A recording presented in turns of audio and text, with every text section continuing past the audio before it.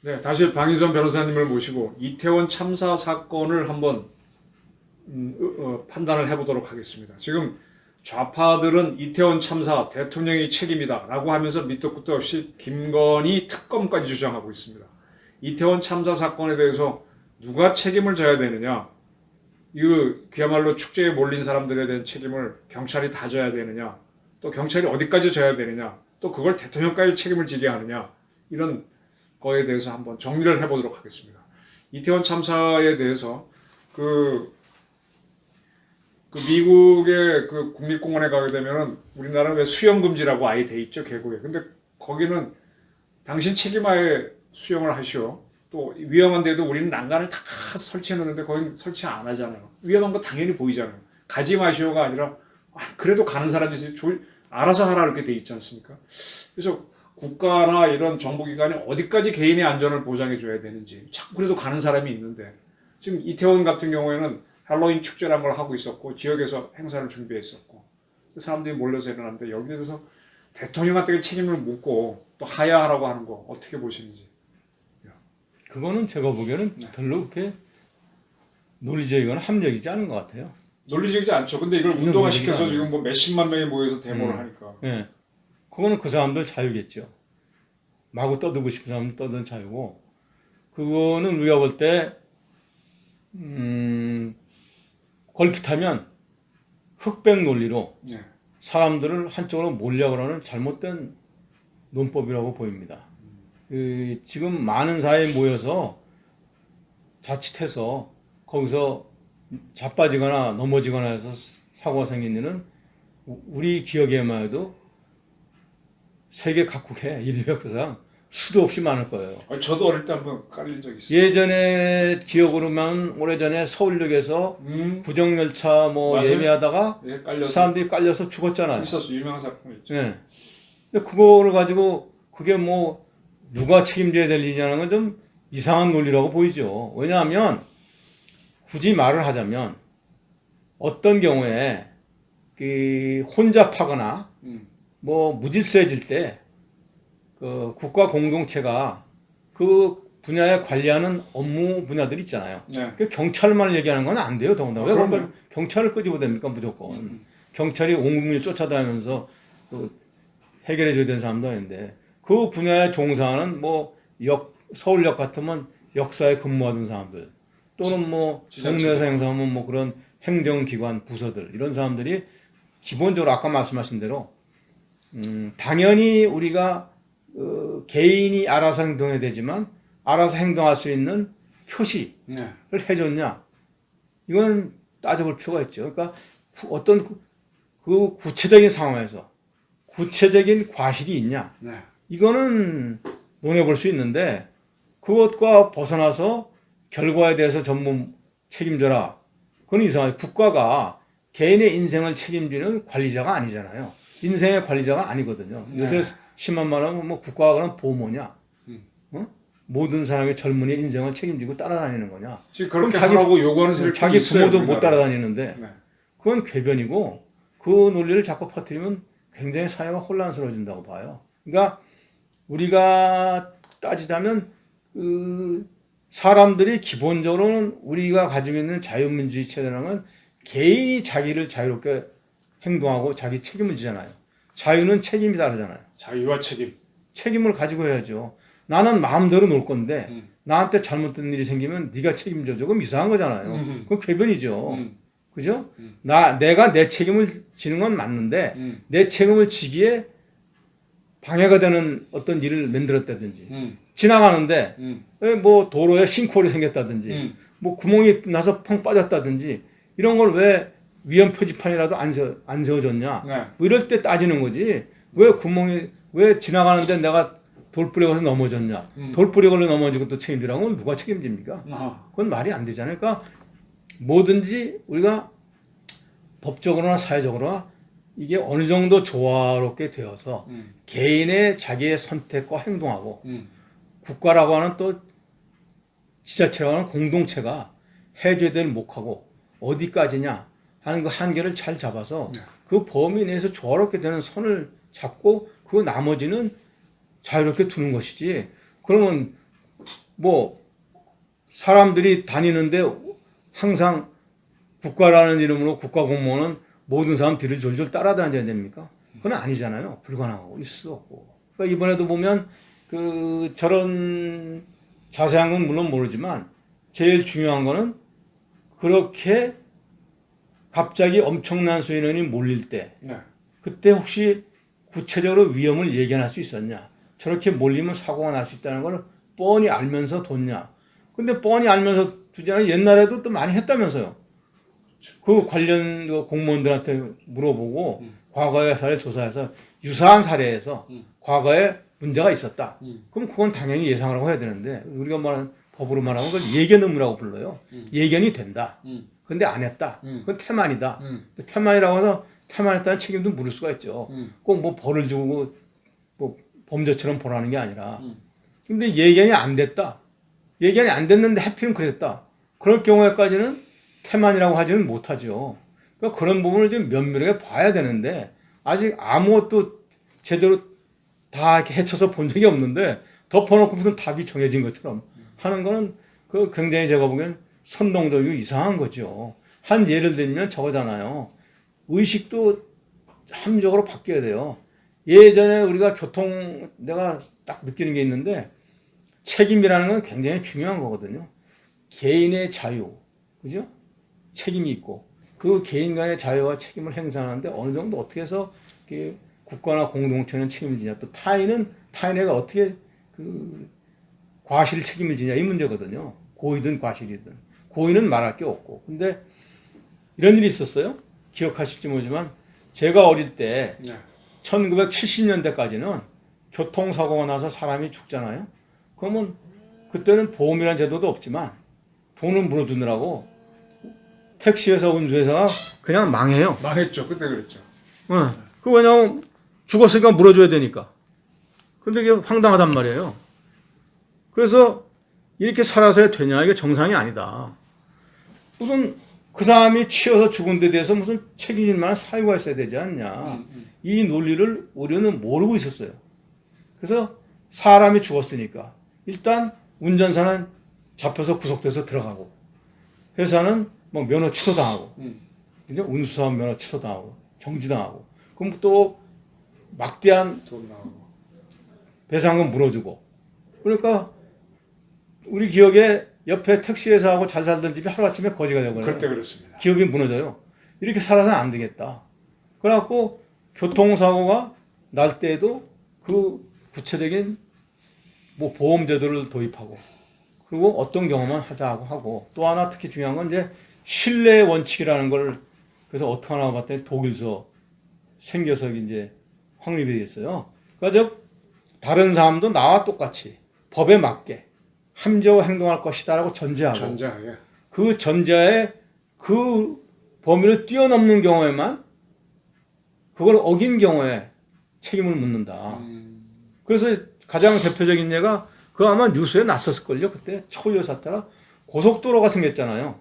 경부고속도로가. 근데 고속도로는 사람이 들어가지 말라고 했잖아요. 근데 시골에서 처음 고속도로 생기니까 농민들이 거길 빨리 가려고 건너간 일이 있었어요. 이게 들어와서 한번 싹 건너가려고. 그러다가 건너가는데 그 뜻밖의 고속으로 달린 차가 부딪혀서 죽은 일이 생겼어요. 그때 처벌해야 되냐? 그 전통적인 관념이면 처벌해야 된다 그랬죠. 사람이 죽었는데 어쨌든. 그런데 아까 말씀드린 신뢰 원칙을 대입을 하니까 고속도로에는 사람이 안 들어오게 돼 있지 않냐. 그렇지. 자동차 전용 도로고. 그렇지. 그러면 운전하는 사람이 그럼에도 불구하고 나는 사람이 언제 나타날지 모른다. 그것까지 예견하면서 다녀야 되냐. 결국 논란 끝에 우리도 그거는 아니다. 고속도로 운전자가 자동차 전용도로 운전하는 사람은 차만 주의하면 되는 것이지 사람이 주의할 게 없다. 그걸 왜 주의해야 되냐? 그건 책임이 없는 거다. 그래서 그때 무죄가 났었어요. 굉장히 시끄러웠어요. 그렇겠네요. 예. 그래서 교통 신호가 있는데 신호를 어기고 뛰어 들어온다. 이런 거는 중대한 문제다. 근데 신호를 내가 지켰으면 문제가 없다. 이렇게 해서 그 정확한 한계를 긋잖아요. 그러니까 우리가 볼 때 이 사회적인 문제도 그 한계를 그어야 돼요. 책임의 한계가 어디까지냐. 네. 뭐 많은 사람이 죽었는데 당신이 책임지죠. 그럼 웃기는 원시적인 말상이죠. 그래서 이 아까 말씀드린 그런 사회적 흐름이나 원리에 비춰서 어떤 것이 사회를 규율하는데 올바른 준칙이 되고 기준이 되냐는 하나의 논리적 틀을 잡아서 그에 비춰서 정확하게 당시 상황을 분석해서 맞춰가지고 실제 예견됨에도 불구하고 게을리한 책임이 있으면 과실 책임을 물을 것이고, 근데 뭐 예견이 잘 안 된다 또는 예견이 됐지만 그렇게 생겼줄 저는 몰라. 나름대로 자기는 했는데 행거 범위를 벗어나 버렸다. 예컨대 뭐 이 정도 뚝을 쌓았는데 그 되는 걸로 생각했는데 그 정도면 넘쳤다. 네. 그럼 그 뚝 쌓았는데 너 뚝에 그렇게 못 사냐고 하는 거 이상하잖아요. 그런 식으로 어떤 한계치를 설정하고 논리적인 준칙을 잡아야 된다는 거예요. 그러니까 가장 기본적인 거는 우리가 자유민주 국가니까 개인의 자유와 책임이 전제다. 다만 그걸 뛰어넘는 한계는 어디까지냐. 네. 그죠?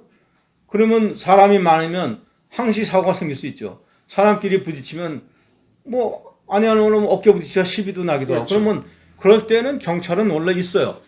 그 치안. 그러니까 뭐 서로 주먹 다짐하고 싸움 나고 패싸움 나거나 하면 그걸 위해서는 하라는 거예요. 그게 경찰의 치안 질서 유지 책임이잖아요. 근데 사람들이 자빠져서 넘어지는 것까지 경찰이 원래 예견하라고 있는 건 아니잖아요. 그렇죠. 경찰 제도 자체가 사람들끼리 우발적으로 싸움 나거나 집단 행동하다가 패싸움하거나 뭐 불량한 행동하거나 즉 범죄적 행위가 예상될 때 그거를 예방하고 질서를 잡기 위해서 경찰이 있는 것이지 그 외에 사람들이 뭐 엎어지거나 쓰러지거나 네. 그거는 구호행위지 치안 행위는 아니잖아요. 그죠? 그건 제가 볼 때는 카테고리가 구호행위일 것 같아요. 구호죠. 네. 네. 그것도 그럼 구호를 어떻게 해야 되냐? 구호. 그러면 그런 부분은 뭐 유사시에는 뭐 거기다가 많은 사람이 오면은 우리 그런 거 있잖아요. 요새는 많이 생겼죠. 옛날에 없다가 뭐 그 심장 세동기 네, 어떤 사람 쓰러지면 세운다. 제동기. 사람 많다 보면 그런 사람이 없을 수도 있다. 그럼 세동기도 하나 앰뷸런스 같은 거 세워줘야 되냐? 이런 거는 전혀 다른 차원에서 접근할 종합적인 각도지. 그게 사람 많이 몰려서 죽었으니까 다쳤으니까 책임져라는 건 좀 이상한 잡탕 논리죠. 그건 정치적인 논리죠. 예, 정책인 논리가 아니라 그거는 어거지. 속된 말로 말하면 그냥 분풀이 소풀이죠. 분풀이도 유가족들이 아닌 다른 세력들이 지금 그렇죠, 하고 있어요. 그렇죠. 예. 아 근데 변호사님은 이번에 그 민들레라고 하는 데에서 그 희생자 이름을 공개하는 거 이건 어떻게 보십니까? 그건 제가 보기에는 망발이고 궤변이에요. 그 사람들은 아주 그 인륜 도의를 짓밟는 폐륜적인 행동이라고 봐요. 가장 중요한 게 있잖아요. 네. 나는 그 얘기를 했다는데 실제로 너무 충격을 받았는데 뭐 죽은 사람의 신상은 공공재라면서요. 공공재다. 죽은 사람의 신상이 왜 공공재입니까? 그럼 옛날 유명한 사람들 이름은 공공재일 수도 있겠죠. 세종이라든지 예. 그 그 사람들은 어제 죽은 게 아니잖아요. 역사적인 존재죠. 그러니까 역사적인 기록으로서 공공재지. 역사적인- 세종대왕 이도라는 사람 자체도 그게 어떻게 한 사람의 인격이 공공재가 되겠습니까? 우리가 지향하는 가치관, 정상적인 사회, 자유민주주의, 우리가 천부인권은 한 사람의 아무리 하찮은 사람도 한 사람은 전 우주보다 무겁다는 거예요. 그렇죠. 우리가 볼 때 쓸데없는 노숙자, 거지 같은 사람, 온갖 그죠? 그 버러지 같은 사람도 우주보다 무겁다는 거예요. 무겁고 존귀하다는 거예요. 전부인권론이죠. 예. 근데 그게 왜 공공재가 됩니까? 어떻게 그런 흉악무도한 말씀을 돌아가셔도 하는지. 그 천부인권. 그 사람은 살아있을 동안에 한 인간으로서 존엄스러운 개체였잖아요. 그죠?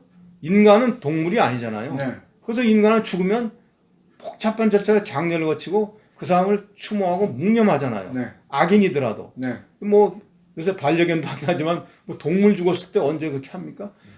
인류 역사상 사람이 죽으면 인간이 인간에 대해서는 특수한 방법으로 매장을 해왔잖아요. 그렇죠. 장례를 지내왔잖아요.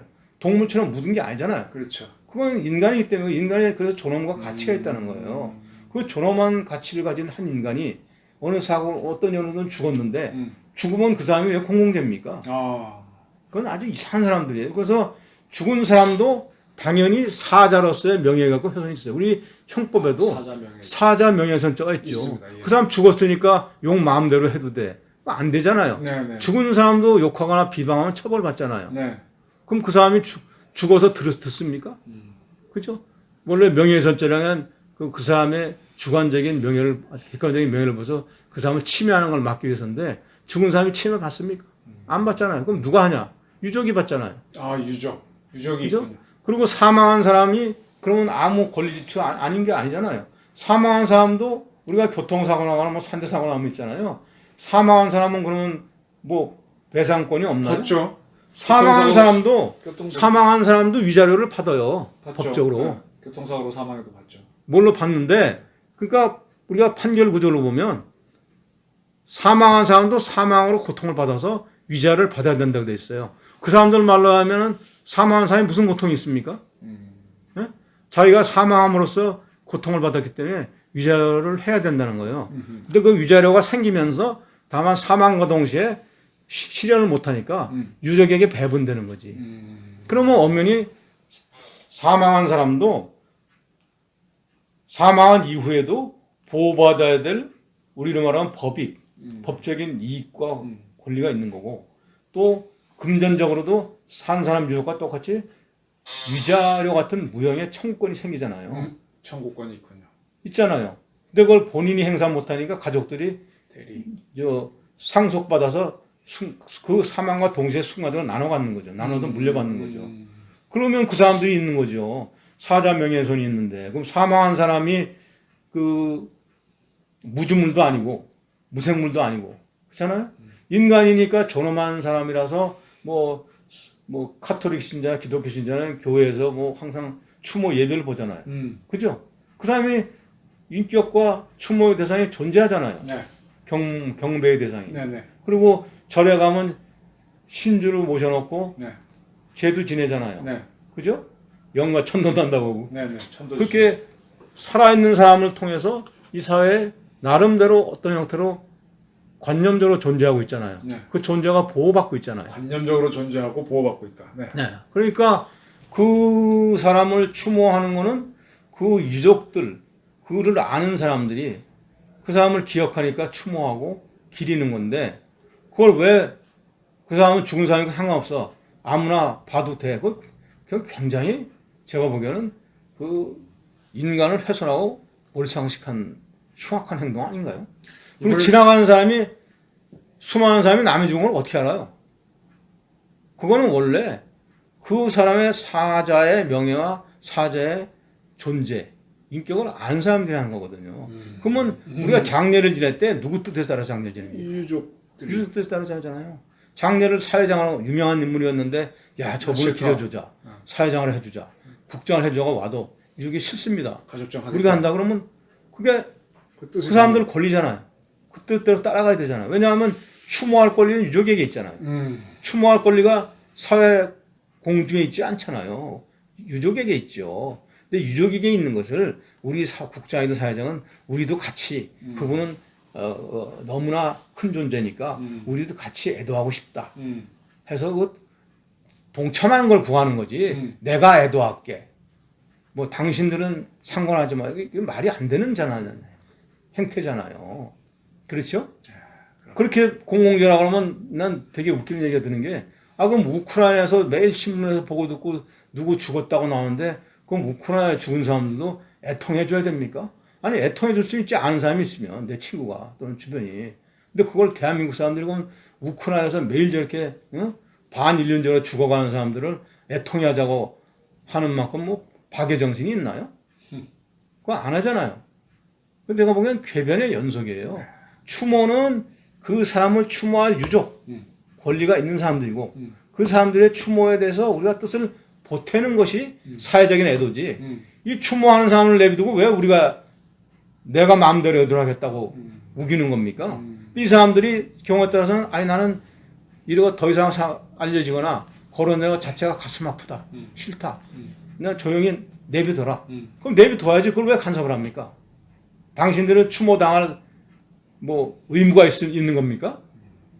이번에 촛불행동이라고 하는 그 시위를 보게 되면은 민들레라는 조직에서 이름을 공개하고 그 다음에 시위에서는 이번 사태의 책임은 대통령이 져라, 하야해라, 퇴진해라. 그래서 그거 앞에놓고는 김건희 특검을 주장하고 해서 야, 이 사람들이 뭔가 계획하여서 이렇게 하고 있구나. 또 유가족들 다 이름 공개해서 유가족 모임을 만들어라. 세월호처럼. 그렇게 해서 자꾸 뭘 정치적 행동을 하려고 하고 보이는데 이런 건 법적으로 문제가 없습니까?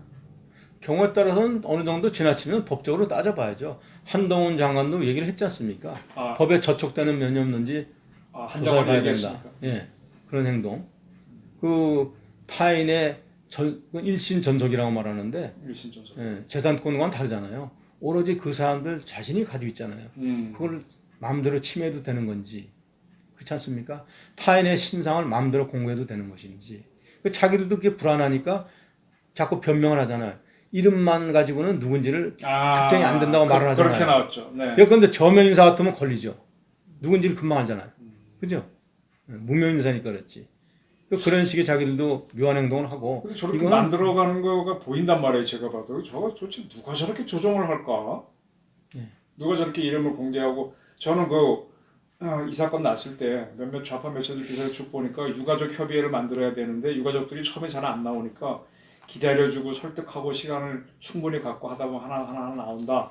세월호 때는 학교라는 공통점이 있어서 잘 안 나왔는데 이렇게 됐는데 이번에는 그 점이 없다. 그러니까 또 여유를 갖고 기다리면서 유가족 협의회를 만들자. 이런 글들이 계속 어느 매체에 올라오더라고요. 그 사람들을 야, 이게 뭐가 희한한 사람들이 살살 있구나. 유도해서 끌어내려고 계속 지속적으로 있었습니다. 하려고 그러는 거죠. 네. 그게 사람들이 선뜻 동의를 안 하니까. 그런 사람들은 도대체 뭐지? 뭘 하자고 하는 거지? 뭐 한마디로 뭐겠어요? 불순한 인민민주주의를 하자는 거야? 뭐야? 이건? 불순한 사람이죠. 불순한 집단이고 사람들을 선동하고. 그런 사람들이 있다 보니까 이제 밑받침에 의해서 믿을래라고 하는 뭐 신생 매체인지 뭔지 해서 이름을 또 공개하고 뒤에는 또 더 탐사인가 뭐가 또 있다 그러고. 예. 야, 어쨌든 희한하다. 거기에 대해서 누가 책임지나 할때 아까도 말씀드린 좀 과도한 이상한 궤변인 것 같고 특히 그렇게 따지면 그 문재인 씨가 대통령 할 때 수많은 인명사고가 난 거는 왜 그때는 소홀이죠. 그때 제천 사고는 내 기억이 나는데 화재잖아요. 그렇죠, 하죠. 그 이천에 물리창고 하자 죽은 건 화재잖아요. 그것도 하죠. 그 뭐 또 판교에서 뭐 환풍구치 않고 그것도 무슨 공연 본다고 무너졌죠. 그죠? 네. 아이돌 공연 본다고 뭐 하다가 무너졌는데 그거는 우리가 보기에는 분명히 아마 재판도 했을 건데 그건 분명히 관리 책임이에요. 시설물 관리 책임. 화재하고 한풍구로 그거는 책임. 이태원 참사하고는 전혀 차원이 달라요. 그거는 일정 장소와 시설과 관리 책임이에요. 그렇지. 그건 명백히 그 관련 기관이나 종사자의 책임이에요. 그거는 있죠. 네, 소송이 가능한 일이에요. 네. 그와 전혀 차원이 다른 걸 비교해놓고 왜 거기다 갖다 갖다 붙이냐. 이거는 또 전혀 안 하고 그때 그러면 이재명 씨는 뭐 그때 시장이었나 그죠? 시장이었겠네. 시장이었는데 그 관리 그건 거기다 있다면서요? 근데 그때 자기는 뭐 내가 무슨 상관이야 이랬다는 거 아니에요? 도에서 주최한 행사인데 제천과는 그렇고 좀 이천 같은 경우는 경기지사 관할이네요. 뭐 이런 식이고 네네. 황당한 소리를 하잖아요. 이천 거는 또 자기가 도지사잖아요. 도지사 때인가 성남시장인가 하여간 네. 환풍권도 하면 선거 때. 어디 걸릴 것 같아요. 그리고 제천은 화재 났잖아요. 그때 뭐 제가 기억이 나는데 그 대통령도 문재인 씨가 현장에 가서 어쩌고저쩌고 뭐 위로한다고 갔다면서요. 그래서 뭐 무슨 유족들한테 싫은 소리도 들었던 모양입니다. 근데 그때는 그러면 왜 그거는 분명한 사고인데 그죠? 인재 사고예요. 그거는 화재가 나고 화재는 건축물 그죠? 소방 안전이 안 된 거고 구조도 제대로 안 된 거고 그렇죠? 다 그런 거 아닙니까? 네. 그러면 행정관리 책임에 그 사람들은 최고 책임자가 누굽니까? 그죠? 건물관리, 소방관리 최고 책임자가 소방방재청장 뭐 이런 사람 대통령 아닙니까? 그럼 그때는 왜 얘기를 안 해? 그때 느닷없이. 그때 달라요. 이거는 무슨 저 판교 한풍구처럼 행사가 아니잖아요. 그죠? 그리고 사람들이 그냥 좋다고 자발적으로 모여서 온던 건데 아마 이렇게 생각할 수는 있어요. 이걸 분석을 해가지고 이걸 어떻게 해야 되냐 앞으로는 이럴 때에도 국가의 어느 기관들이 나서서 이거를 위험을 방지하기 위한 어떤 그 조치를 할 수 있으면 좋으냐 이걸 연구하는 계기를 삼을 수는 있죠. 이럴 때는 좀 거기다가 통행로 표시를 해주는 게 좋겠다. 또는 요새 생겼대요. 우리 지하철 교대역에 보니까 전에는 우리 지하철 2호선, 3호선 타는 거 있잖아요. 그 연결 환승 통로가 꽉 차면 굉장해요. 거의 엉켰었죠. 통행이 안 되고 네. 위험해요, 진짜. 네. 그럼 그때는 이걸 보고서 가운데다 이렇게 줄을 하나 커가지고 나눠서 가자. 그런 식으로 계기를 삼는 건 좋은 일인데 거기서도 그러면 지하철 타다가 뭐 하면은 그 누가 책임질 거냐는 얘기를 하면 이상한 거죠. 그렇지 않습니까? 근데 이게 지하철은 그래도 관리되는 공공시설이잖아요. 그렇지. 근데 도로상은 무슨 관리되는 시설이 아니잖아요. 그냥 개방된 자유 공간이잖아요. 네. 사람들이 통행하고 돌아다니다 생긴 일인데 그 부분을 어떻게 하면 좋은가 하고 비극을 막 계속 고민하는 건 좋은데 그게 마치 누가 안 나와서 경찰이 어떤 경찰 책임 묻는 것도 좀 이상해요. 경찰이 그게 직접적인 연결되는 건가 그게? 경찰이 나간 거는 거기에 뭐 혹시 뭐 그러다 보면 뭐 불순한 뭐 범죄, 그죠? 비행들이 나올까봐 한번 가봤다. 그런 건 있을 수 있는데 뭐 가서 사람들을 뭐 출입을 관리해주고 하는 거는 또 원래는 아니잖아요. 그죠? 통행료를 정해주고. 네. 이제 이 사건을 가지고 민들레에서 이름을 공개하고 촛불 집회에서 대통령 퇴진까지 주장하고 나는 저 세력들을 저 세력이 무서워서 손을 못 대다 보면은 점점 범법 행위들이 늘어날 거 아닙니까? 그러니까 저는 지금 윤석열 정부가 지지율이 높으면은 할 수 있을 거라고 보는데 지지율이 약하니까 못 한다 이렇게 보고 밀어붙이는 것 같은데 정부 차원에서는 어떻게 하는 게 옳은 겁니까? 제가 볼 때는 아까 말씀드린 대로 사회가 혼란해진 거는 오랜 세월이 가면서 여론 좋아하다 이렇게 된 거예요. 여론 타령하다 망하는 거예요. 여론대로 하면 여론이라는 건 원래 실체도 없고 왔다 갔다 하죠. 군중 심리인데 나쁘게 말하면 거기다 왔다 갔다 하면 어떤 기준이 안 세워집니다. 그러니까 제가 보기에는 이런 악순환의 고리를 끊으려면 지금 뭐 여론 이런 거 지지율 갖다 따지지 말고 아니 무슨 법적인 책임인데 지지율이 필요합니까? 지지율이 있으면 뭐 기소하고 없으면 기소 안 합니까? 그죠? 그러니까 뭐 이재명 씨가 기질이 엄청 높으면 기소 안 하고 그래야 그걸 됩니까? 기대하는 모습들이 보이잖아요. 그 남욱 씨 말에도 남욱 변호사 말에 나왔는데 대통령 될 줄 알았다. 그래서 무서워 말 못했다. 뭐 개인은 그런 소소한 행동을 할 수 있으나 국가라고 하는 공동체는 그러면 안 되죠. 정해진 룰에 따라서 해야죠. 그러니까 그런 거 하지 말고 제가 보기에는 이번에 민들레가 뭔지도 모르겠는데 그 사람들이 필시 명단을 어디서 구했겠습니까? 자기가 어디 가서 구해오겠습니까? 구해온 소스가 있을 거예요. 그래서 내가 보기에는 그 부분에는 불법이 있었을 거예요. 어느 그 명단을 관리하는 공무원과 연계됐다든지 그러면 그 유출되면 그게 바로 개인정보 유출행위예요. 그렇지 않습니까? 옛날에 백화점 고객 명단 팔아먹어서 생긴 것처럼. 네. 그럼 그래서 아마 그 부분이 조사를 하면 그런 부분에 불법적인 경로 유출이 나올 거예요. 아하. 그런 것부터 밝혀서 그렇지. 참아서 명확하게 이제는 더 이상의 뭐 여론이라든지 이 감정을 이용한 행태는 안 된다고 해서 딱 선을 긋는 단죄하는 행위를 해야 되지 않나 그런 생각이 듭니다. 알겠습니다. 그게 어떻게 보면 윤 정부에서 가장 필요한 행동입니다. 그렇죠. 딱딱. 뭐라고 해도 네. 우리는 법에 정해진 건 하겠다. 그래서 법에 정해진 위법이나 불법은 그냥 국민의 100%가 지지해도 안 된다. 이렇게 선을 그어야 되지 않나 네. 그런 생각이 듭니다. 알겠습니다. 예컨대 가장 대표적인 하나 생각나는 게 지금에 와서야 광풍이 지나니까 이제 뭐 근래 박준영 변호사라고 하는 친구도 뭐 얘기를 하더라고요. 누구죠 그 사람? 전에 왜 무슨 뭐 별자에 가서 접대를 받았는데 횡성 누구죠? 김학의 디막의 전 김학의 맞나요? 검사. 네. 그거 제가 볼 때 그게 여론이 높으면 뭐 해도 된다는 이상한 악설례를 만든 거 아닙니까? 목적이 수단을 합리화하지 않는다.